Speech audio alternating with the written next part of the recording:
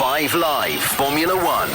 Hello and welcome to the Chequered Flag podcast from Silverstone, the home of the British Grand Prix and qualifying day. Yes, George Russell got it on pole position. It was crazy. The weather was threatening to pour down. It was very mixed conditions, very unstable. But Russell did it alongside Lewis Hamilton, front row lockout for Mercedes. It's been a while. And then in third place, your mate, Sam Bird, Lando Norris, managed to get the McLaren into P3.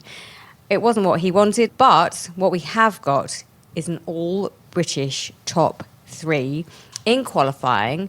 Sam Bird, I've already said you're here. Mark Priestley is also here. Been a while, hasn't it, since we've had a top three that's all British in qualifying? What was it, Jenny? What did we say? 1968 since the last time that this happened? And it was actually 1967, because it was actually on the 31st of December 1967. So it didn't finish in that order. Do I feel like it's going to finish in the order that we've had today? In 2024. Oh, you're going straight there? Well, I'm just saying, like, I love hope it is. We don't have to end this. It didn't. We're done, thanks for listening, everybody. No, but the last time it happened was 1967. We've had to wait a long time, but what a day today for the three Brits. It certainly was. Kyalami was the last time it happened. As you said, it was quite some time ago. I'm just trying to find the classification because it's fascinating to look back. Just ask Andrew Benson. I think he was there. How old were you, Mark? Jim Clark in pole position next to Graham Hill and Jackie Stewart. What a top three that was. But this is the current era. This is the current generation of British drivers who are coming through. And Mark Priestley, you did the comms, and it was an honour, wasn't it, to be in this circuit watching those guys going round? It was a total privilege to be commentating on that session today because it was so unpredictable. The weather was all over the place, as you said. We didn't know if it was going to stay dry, and the whole afternoon started very, very wet. It then gradually got drier, then a little bit more rain again. The clouds were circling above. So no one had an idea really how it was going to end up. And it was George Russell and his teammate Lewis Hamilton. The Mercedes just looked like genuinely the strongest car today. And it wasn't like they lucked into this. This has been coming throughout the weekend. They've shown proper pace. And actually, over the last few races, they've shown some decent turn of form. So I'm actually really pleased for George and the whole team at Mercedes because they've struggled for a long time. So to get those results was great for them, wasn't it? Well, they haven't understood the current regulations very well ever since they came out. Right. And Max Verstappen and Red Bull have clearly dominated Formula One the last 2 years.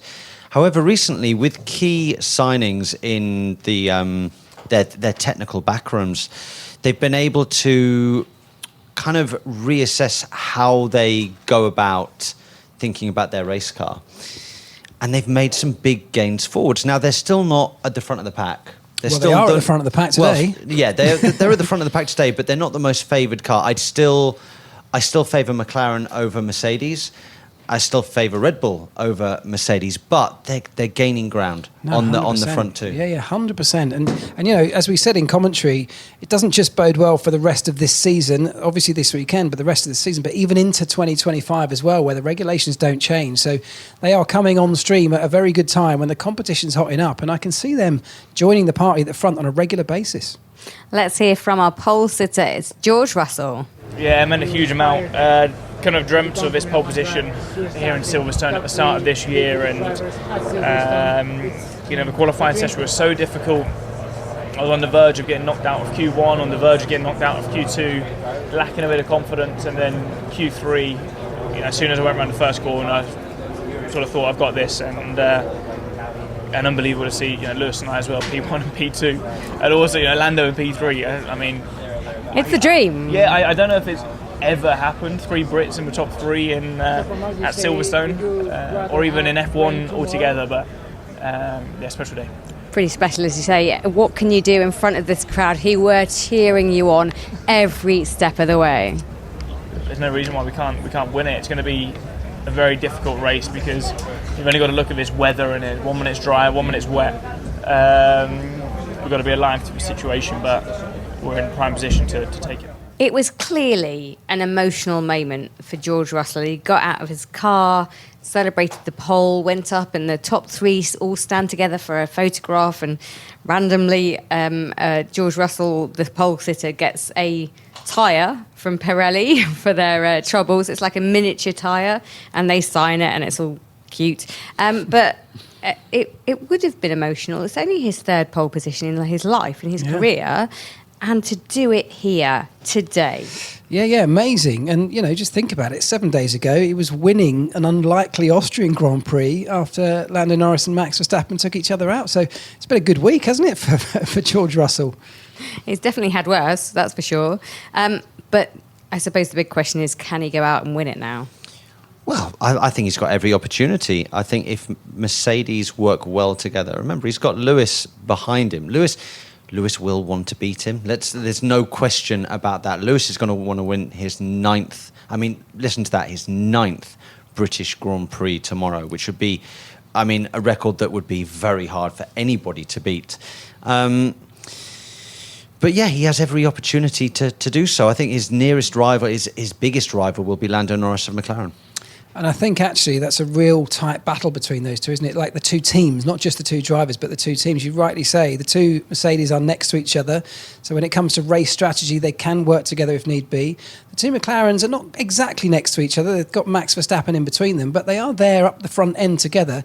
It's only Max Verstappen who's there on his own. So the cars really look quite evenly poised. Yeah. The looming threat is Max Verstappen in fourth. That car is able to do a little bit of everything. It's good on traction, it's quick in a straight line, and it's good in high-speed corners. Whereas I feel like the Mercedes is good on traction and slow-speed corners, quite good in high speed, but not the best, and then is quite good in a straight line. McLaren, weaker in the slow speed, brilliant in the high speed, but not so great in a straight line. But very good at looking after their tyres in the long stints of a race. Yes. Oh, it's so finely poised, isn't it? George Russell, Lewis Hamilton, Lando Norris, Max Verstappen, and Oscar Piastri is your top five. And I think, realistically, any of those five could win it. Well, Max Verstappen was hampered today. It was all his own doing because he had an off. He wasn't really comfortable all weekend, I think, is fair to say so far. But in qualifying, in the tricky conditions when it was damp, he did go off and he went into the gravel trap at very high speed, bounced across that gravel and damaged the bottom of the car. And the team said to you during the session, Jenny, that it was costing him a considerable chunk of time, and I can believe that. So he wasn't in a car that was at 100% today, and that might account for some of his performance. And they will, of course, be able to fix that overnight. They will be able to change that floor. As long as they change it for a floor of exactly the same specification, they won't lose any places on the grid. And in theory, then, he should be back up to full fighting speed tomorrow. So let's not discount him. Even though he's a little bit further back than he would have liked, he's definitely in this fight tomorrow for the race win. Yeah, let's listen for Lewis Hamilton. Here's what he had to say straight after. Hey Lewis, I know that you love driving around here at Silverstone. I know you love the fans, so it must be so good to get a front row start for your home Grand Prix. Yeah, incredible. George did an amazing lap today, so incredibly happy for him. But to have the team 1-2 is where we belong. I would say that's where the team belongs, and I couldn't be happy for everybody. Where has this pace come from, and what can you expect tomorrow in the Grand Prix? Honestly, it's a real surprise to us. I think we all felt that we're still just a little bit down on downforce performance, but I think today somehow just the aero efficiency just ended up being a little bit stronger. I don't know what McLaren's went up on a wing today compared to yesterday. I don't know if they stayed there, but I think that was probably a little bit less performant for them. But the car did feel fantastic, and I think with the wind direction as well. So, Sam Bird, what do you make of, for Mercedes, it's great. It's a Mercedes 1-2 front row lockout. It's been a while since they've been able to do that. But Hamilton, should he have got pole? Should have, would have, could have. Lewis is used to winning races and getting many pole positions in his career. I think this is going to sound really bad, but I think he would have been okay with it had Lando have been on pole. The fact that he's number 2 to his teammate today, that's never fun for a driver when you get beaten by your teammate. Even if you're second on the grid, you should be happy. You've got clear air in front of you. the only person that you've got to beat off the line is the guy next to you on the grid. But if it's your teammate, you're second in the team. And it's happened quite a lot, hasn't it, this season? So, as you rightly say, that will start to get to even a driver of the calibre of Lewis Hamilton. We know he's off and leaving Mercedes and get a Ferrari at the end of the year, but he wants to leave on a high, and he's at the British Grand Prix in front of his own fans. He wants to dominate this weekend. He wants to have the success that he's had so many times in the past. And you're right, finishing second to your teammate, particularly when it happens week in, week out, which is fair to say it has been happening, it must start to get to you. Yeah, I don't think the team are too worried. He's on the front row of the grid. But yes, psychologically for yourself, it's not the most fun. I think Lewis Hamilton will be a little bit immune to it, though, given the fact that he's won over 100 Grand Prix, a 7-time world champion. I think he can deal with the fact that he got beaten today in qualifying. He knows that the points are scored tomorrow. But he would love to seal off his Mercedes career, which has been a very long career, with another win. And in front of these fans, when we've seen that today Ferrari just weren't up to speed, and that's the team he's going to for next year. I mean, signing off his career with Mercedes with a win here would be amazing. Oh, it would be incredible. That's another talking point, actually, Jenny.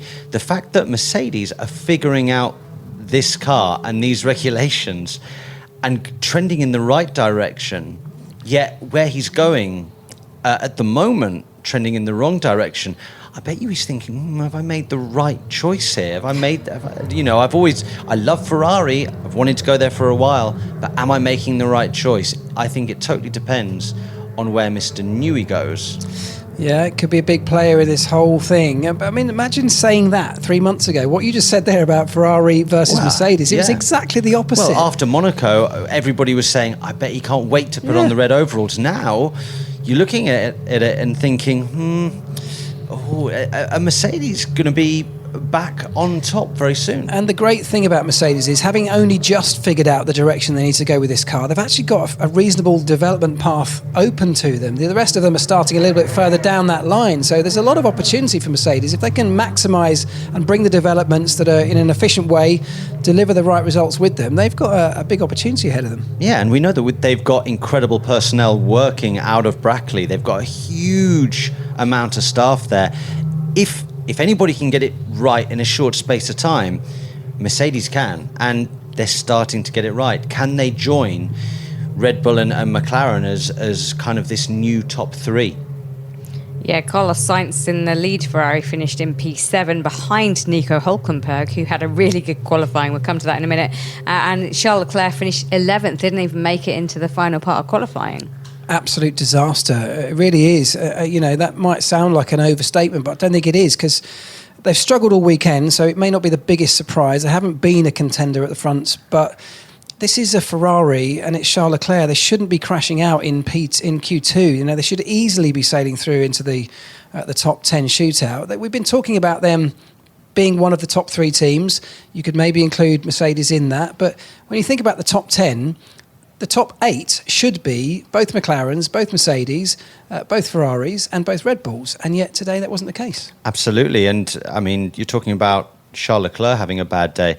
There was one person in particular that had a much, much worse day, wasn't there, Jenny? Save it. We're not going there yet. Are We're we not not going to the bottom of the grid just now.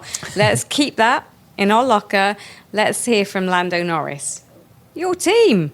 Hey Orlando, what's the overriding emotion after that qualifying session? P3 on the grid for tomorrow, but do you feel like pole was on the cards today? Yeah, I'm not sure. I didn't do it. It's the end of the matter. So whether I could or not doesn't matter. George did a good lap, and a lot of good laps, and so did Lewis. So clearly Mercedes were strong, and I think already on Friday we knew that they were going to be our main competitors and the main people who could probably take it away from us. So happy with it. What can you do in tomorrow's race from the data then? Can you take the fight to them? No idea. I don't know. I feel like there's too much expectation on for us to just know everything. But we've done a 7-8 lap long run. It's not long enough to have any answer on what our pace is like comparing to them. So we just have to wait and see tomorrow. Be in the mix. And we're in the mix, which is the main thing. Right, thanks, Lando. He'll line up alongside Max Verstappen. Think back a week ago, Austria. They basically took each other out of the running. Are they going to be able to get through this race without crashing? Well, they're going to be on the same bit of tarmac. I know. They really are. They not only obviously starting 4 next into to 1 don't go. Yeah, they're going to be starting next to each other. But even more than that, they have cars that are very closely matched. All 4 of the guys at the front do.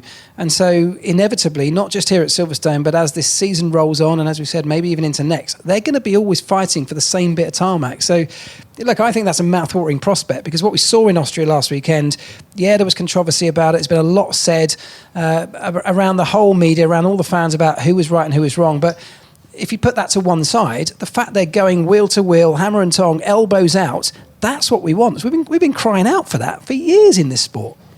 Absolutely. I mean, this could be a British Grand Prix to remember. We've got these 4 or 5 superstars in Formula One going head to head, all so close together with regards to the lap times that they're able to produce. And we've got the mixed conditions as well. So today in qualifying, it ended in the dry on the soft, slick tyres. It started on the intermediates. Tomorrow, the weather looks grim. I love that. If you were a team manager, Mark, would you be sitting down with your driver, i.e. Norris and Verstappen, and saying to them, look, keep it clean? Or do you trust them enough with their conversations that they've had after Austria that they can keep it clean? Yeah, of course, you have to trust them. They're racing drivers. They know how to go about their business. And what happened in Austria last time out will have given both of those drivers an even clearer understanding of, A, what's required when they're going wheel to wheel with each other. And that doesn't mean that one has to back down and the other shouldn't. It's just about, this is going to be an intense fight, maybe throughout the rest of this season, but just in general in Formula One, it's going to be an intense fight. It could be really entertaining, and I hope it is. So as a team manager, I think it goes without saying, you obviously need to get the car to the checkered flag. That's the very basic, the minimum you need to do to score anything. But Lando and Max both know how to do that, and I think it's a mouth-watering prospect to think about how they're going to get through the rest of this season in that intense fight. I think it was unfortunate that the tiny little collision happened in Austria. I think that circuit lends itself to that kind of racing. I don't see either of them changing their driving because of Austria. Not at all. Max will still be Max, and Lando will still go on the attack. I can't wait till getting on the grid tomorrow. I'm so excited about it and to see what actually happens. I'm just going to pull out another couple of performances, because P6, Nico Hülkenberg in that Haas, he did a really good job today in changeable conditions. He just nailed it. Very, very strong, yeah. A big stark difference to his teammate, actually. Magnussen didn't crash out, but fell out of qualifying in the first session in Q1. So we know there's performance in that car. And Hülkenberg, we talked about it in commentary, Sam and I. He's done a very, very good job, not just today, in fact, all weekend.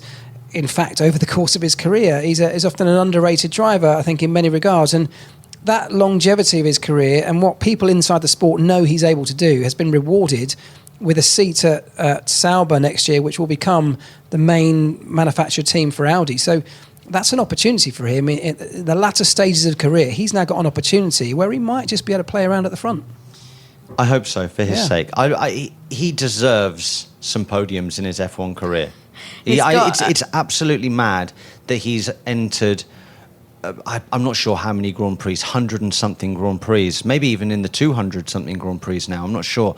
But he's entered so many and not had a single podium. He's come so close. Amazing, isn't it? Yeah. The other person I wanted to pick out was obviously Sergio Perez, who did not have a good day. He beached his car in Q1, and that was it, game over. So he'll start in P19 because Pierre Gasly in the Alpine has so many grid penalties. He will start from the back of the grid or even in the pit lane. But disaster for Perez. Well, he's got a 50-place grid penalty, Pierre Not Gasly. Perez, by the way. So I think that Pierre Gasly might be starting from Stowe. I mean, starting that far back. Perez, it was a disaster for Perez. And, you know, everybody listening to this podcast knows that we've been talking about Perez in a sort of a negative sense, not because we don't like him, not because we don't want him to do well. Of course we do. I think most people in the sport want to see him come out of this spell that he's in. But with the media beginning to circle and talk more and more about whether it was a good decision by Red Bull to keep him in that car and extend his contract, and whether there are options within that contract that could be triggered by Red Bull to actually get him back out of it. It's only been a few weeks since he had the announcement that he was going to be staying at the team, and already we're now hearing a lot of rumours around the fact that Liam Lawson will be testing that car right here at Silverstone next week in a tyre test. And whilst you go back a couple of weeks, most people have said, well, that might be an idea that Red Bull can have to get a picture of him with a view to taking Ricciardo's seat in the RB team.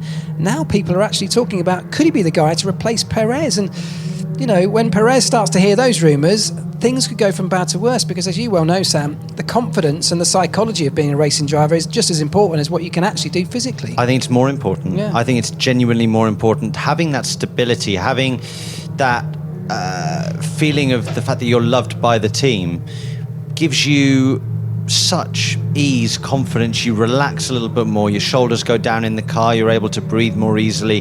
When you're under pressure, very few drivers enjoy that, relish it, and take it on board. If you're in a loving, calm environment, it's so much better as a driver. Yeah, and it means, obviously, with that result from Perez, that once again, Max Verstappen and Red Bull are fighting with only one car down the sharp end, and the teams around them all have two. Yeah, it was painful actually speaking to Perez in the pen, and you just get that feeling that the world is on his shoulders right now and there's no relief coming at any time soon. He'll hope tomorrow it's going to rain loads and he can make his way through and score points and amaze everybody. But let's see what actually happens. Thank you very much, Mark, Sam. You can join us for the British Grand Prix. It gets underway at 3 o'clock. It should be an absolute banger. Russell on pole, Hamilton beside him, Norris, Verstappen and Piastri make up the top 5. Thank you for listening. This has been an IMG production for BBC Radio 5 Live.